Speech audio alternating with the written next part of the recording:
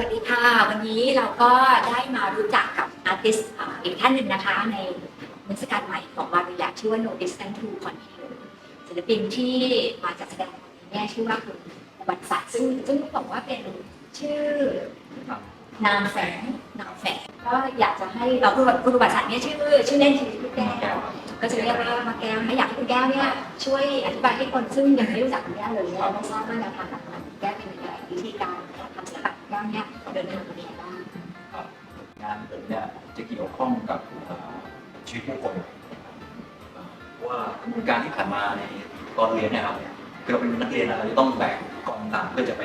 สร้างงานในพื้นที่อะไรนะครับไอ้ตรงนี้เลยเป็นสิ่งที่มันติดตัวมาเหมือนว่าเราต้องดูพื้นที่ดูแลนด์สเคปดูอย่างจนอะไรนะครับ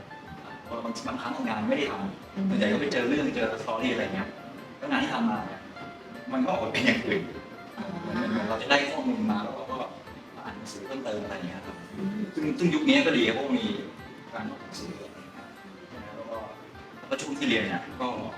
บรรยากาศที่ผมเรียนเนี่ยมีการแลกเปลี่ยนของนักศึกษาแต่ละคณะเยอะมากแล้วก็ทำให้เราเห็นแง่มุมต่าง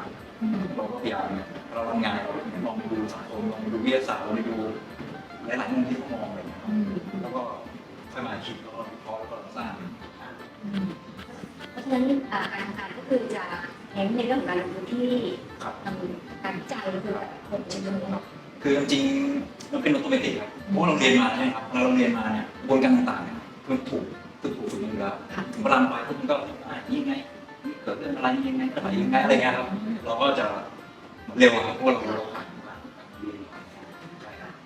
แล้ววิธีที่คุณแก้วแสดงออกเนี่ยก็คือจะไม่ได้ยึดอยู่กับมีเดียอะไรอย่างไรคือคอนเทนต์จะนำตัวมีเดียมผมตัวการแสดงออกว่าเพราะเราเรียนมีเดียมาเนี่ยใช่ไหมในโรงเรียนนะครับคือเราก็จะรู้ว่าเทคนิคมีเทคนิคอะไรบ้างคราวนี้เวลาคอนเทนต์ที่เราสร้างเทคนิคจะมาซัพพอร์ตคอนเทนต์เราใช่โดยตัวใหญ่ครับจะเป็นอย่างนี้ครับถ้าอย่างนั้นที่เรานั่งอยู่ตรงนี้ก็จะเป็นนิทรรศการที่ว่า No Distance to Continue ก็จะเห็นว่างานกิจกรรมเป็นที่ในห้องนี้ก็จะมีงานชิ้นหนึ่งเขาแบ่งชิ้นที่ใหญ่มากเป็นชื่อว่าอะไรเกี่ยวกับเรื่องเทคนิคที่ซึ่งก่อนหน้านี้คนนี้เคยเห็นงานคุณแก้วเนี่ยก็จะไม่ใช่แค่เอนดิ้งแค่งานเดียวมีอะไรบ้างคือผมเป็นเทคนิคนะใช่ครับคือผมเข้าภาพพิมพ์ยัดป้าจบเองครับคือผมตอนเรียนเหมือนเราแสวงหาที่จะหลายแบบครับไม่ใช่อันนี้ต้องเปลี่ยนแบบนั้นต้องเปลี่ยนแบบนี้อะไรครับก็บางทีผมเบื่อผมไม่อยากทำต่ออย่างเงี้ยผมไม่อยากจะทำใช่ครับแต่ผมเรียนจบภายในตามหลักสูตรแล้วผมจะเรียนเยอะกว่าคนอื่นนิดนึงอะไรเงี้ยเรียนรุ่นน้องบ้างคนน้องร้องบ้างอะไรเงี้ยใช่ครับเพราะงั้นงานที่เราเห็นงานคุณแก้วต่อมาเนี่ยก็ใช้งานที่ผสมหลายๆเทคนิคในการทำหลายเทคนิคแต่ว่าสิ่งที่เจอคือเราต้องเจอศิลปินด้วยครับศิลปินที่ผ่านมาที่เชียงใหม่ก็เจออย่างที่เราไปจังคำมีพี่ฤทธิ์ลุงฤทธิ์อะไรเงี้ยครับใช่ไหมครับต่างๆก็มีหลายท่านผมก็ช่วยผมเนี่ย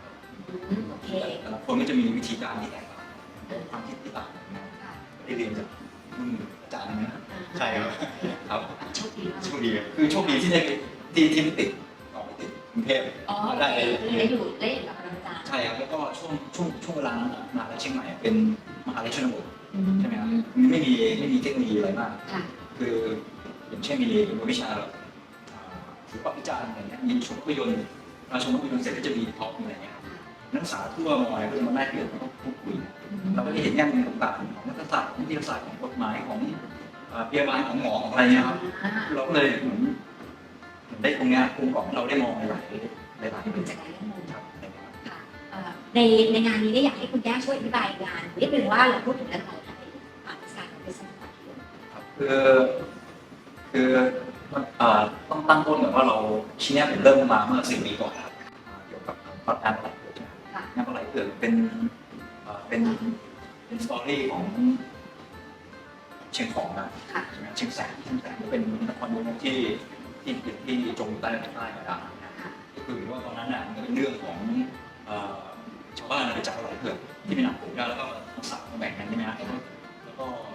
กินกันอะไรครับแล้วก็มันจะเป็นในนิยายก็จะเล่าว่ามีแม่ไม้ท่านหนึ่งอยู่ตรงเนินที่บริเวณที่หนึ่ง ฮะแล้วก็มีคนมาขอตัวว่าคืนนี้เกิดเสียงอะไรขึ้นเนี่ยอย่าออกไปข้างนอกนะ ค่ะ อะไรเงี้ยครับปรากฏว่าคืนนั้นก็มีลมพายุถล่มอะไรเงี้ยเช้าขึ้นมาแม่ไม้ท่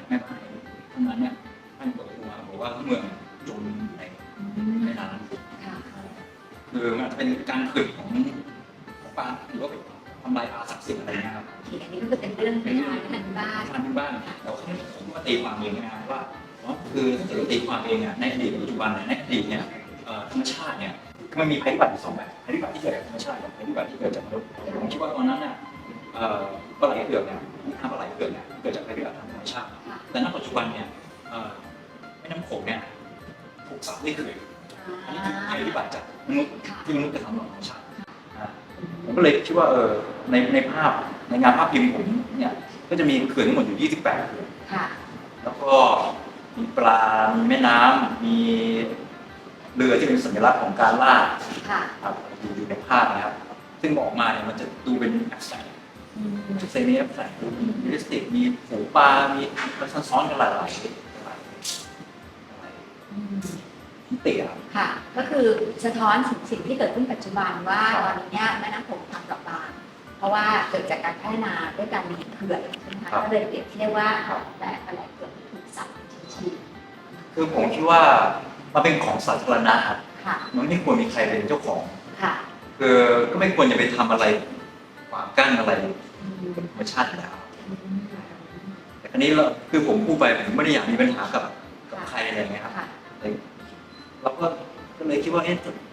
เราทำงานออกมาสะท้อนสิ่งที่มันกำลังเกิดขึ้นได้ไหมอะไรเงี้ย เราก็สะท้อนในแง่ของศิลปินแล้วสะท้อนในสิ่งที่เราได้เรียนรู้มา ครับ และอีกชิ้นหนึ่งคือชิ้นที่อยากเรียน จริง อัน ๆครับ นี้ค่ะอันนี้คือความเห็นเลย ครับหลังจากที่ทำงานชุดปลาไหลเนี่ยมันก็เป็นเป็นสัญลักษณ์ของปลาศักดิ์สิทธิ์ของพญานาคของอะไรเงี้ยซึ่งปลาไหลเนี่ยเป็นรูปของพญานาคอะไรอย่างเงี้ยครับ ค่ะ แต่ผมก็ตีความไปก็เหมือนแบบพญานาคโดนแล้วไอ้ปลาไหลโดนสับใช่ไหมครับแต่อันเนี้ยก้อนหินเนี่ยครับก้อนหินหรือว่าลูกเขาอาจจะเรียกว่าไอ้ก้อนหินสกปรกหรือว่าอะไรเงี้ย ค่ะ แต่สำหรับผมก็ตีความของผมขึ้นมาอีกทีว่า อันนี้คือหินศักดิ์สิทธิ์ ค่ะ ถ้ามีการระเบิดหินก้อนเนี้ยตรงชายขอบเนี่ยผมคิดว่า ข้างในนี่หมายถึงว่าระยะทางที่อยู่ข้างในเนี่ยในข้างในนี่หมายถึงว่าในเมืองเนี่ย ค่ะ ก็ได้รับผลกระทบแน่นอน อืม ครับ ค่ะ คือเพราะว่าเป็นเหมือนมันเป็นก้อนหินเนี่ยครับมันเป็นเขตแดนเป็นอาณานิคมอะไรเงี้ย ค่ะ แต่ถ้าเกิดตรงนั้นถูกทำลายเนี่ย มันเป็นเชิงสัญลักษณ์นะเขาก็เข้ามาข้างในคุณได้เหมือนกัน ก็คือตอนนี้คุณย่าพูดถึงว่าคอนดิโลเนี่ยก็จะเป็นจุดที่กำลังอยู่ในการสนทนาว่ามันอาจจะถูกระเบิดเพราะว่าเป็นกั้นทางเดินแม่น้ำอย่างนี้ ใช่ครับแล้วซึ่ง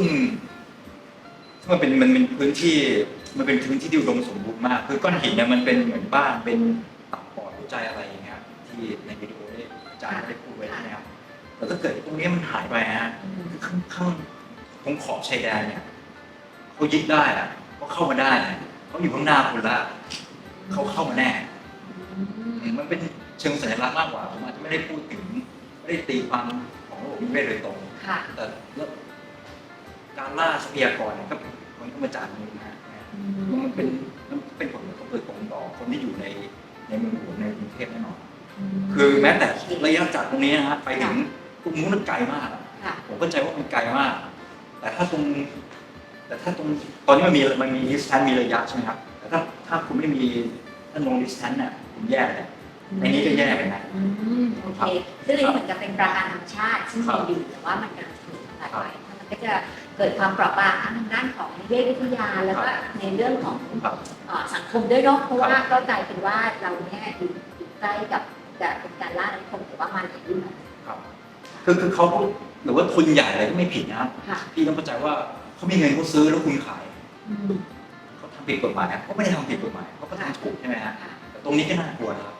ถ้าจะให้คุณย่าพูดถึงเรื่องของโปรเจกต์ในอนาคตตอนนี้พอเล่าอะไรให้ฟังได้บ้าง โปรเจกต์ในอนาคตใช่ไหมครับคือผมคิดว่า ก็อาจจะต้องต่อจากสิ่งที่นามธรรมที่กำลังพูดถึงเนี่ยครับ ค่ะ คือหมายถึงว่าผมเปรียบเทียบกับก้อนหินนะ ค่ะ เหมือนว่าก้อนหินเนี่ยใช้เวลาเป็นล้านปีครับ กว่าจะได้เป็นระบบอะไรต่างๆใช่ไหมครับ ค่ะ ธรรมชาติเขาคัดสรรของเขาอันนี้คุณระเบิดเพียงวันเดียว อืม เพื่อต้องการเงินเนี่ยนะหรือว่าต้องการเศรษฐกิจต้องการประเด็นเนี้ยที่อยากทำหรอกครับแต่ว่าผมไม่แน่ใจว่าจะเป็นยังไงแต่ว่าสิ่งนำมาทำเหล่านี้มันก็จะกลายเป็น อืม ใช่ครับ ค่ะเพราะฉะนั้นก็ยังมีงานซึ่งยังมีคอนเทนต์ซึ่งพูดถึงเรื่องของสังคม ครับ ที่คุณแก้เรียนทำต่อนะคะแล้วก็เทศกาล No Distance to Conflict ก็จัดที่วารุแลกนะคะจัดตั้งแต่วันที่25 มีนาคมนะคะจัดไปจนถึงวันที่ 20 พฤษภาคมก็ขอเชิญทุกท่านมาชมนะคะวันนี้ขอบคุณคุณแก้มากนะคะ ขอบคุณมากครับให้โอกาสครับ สวัสดีค่ะ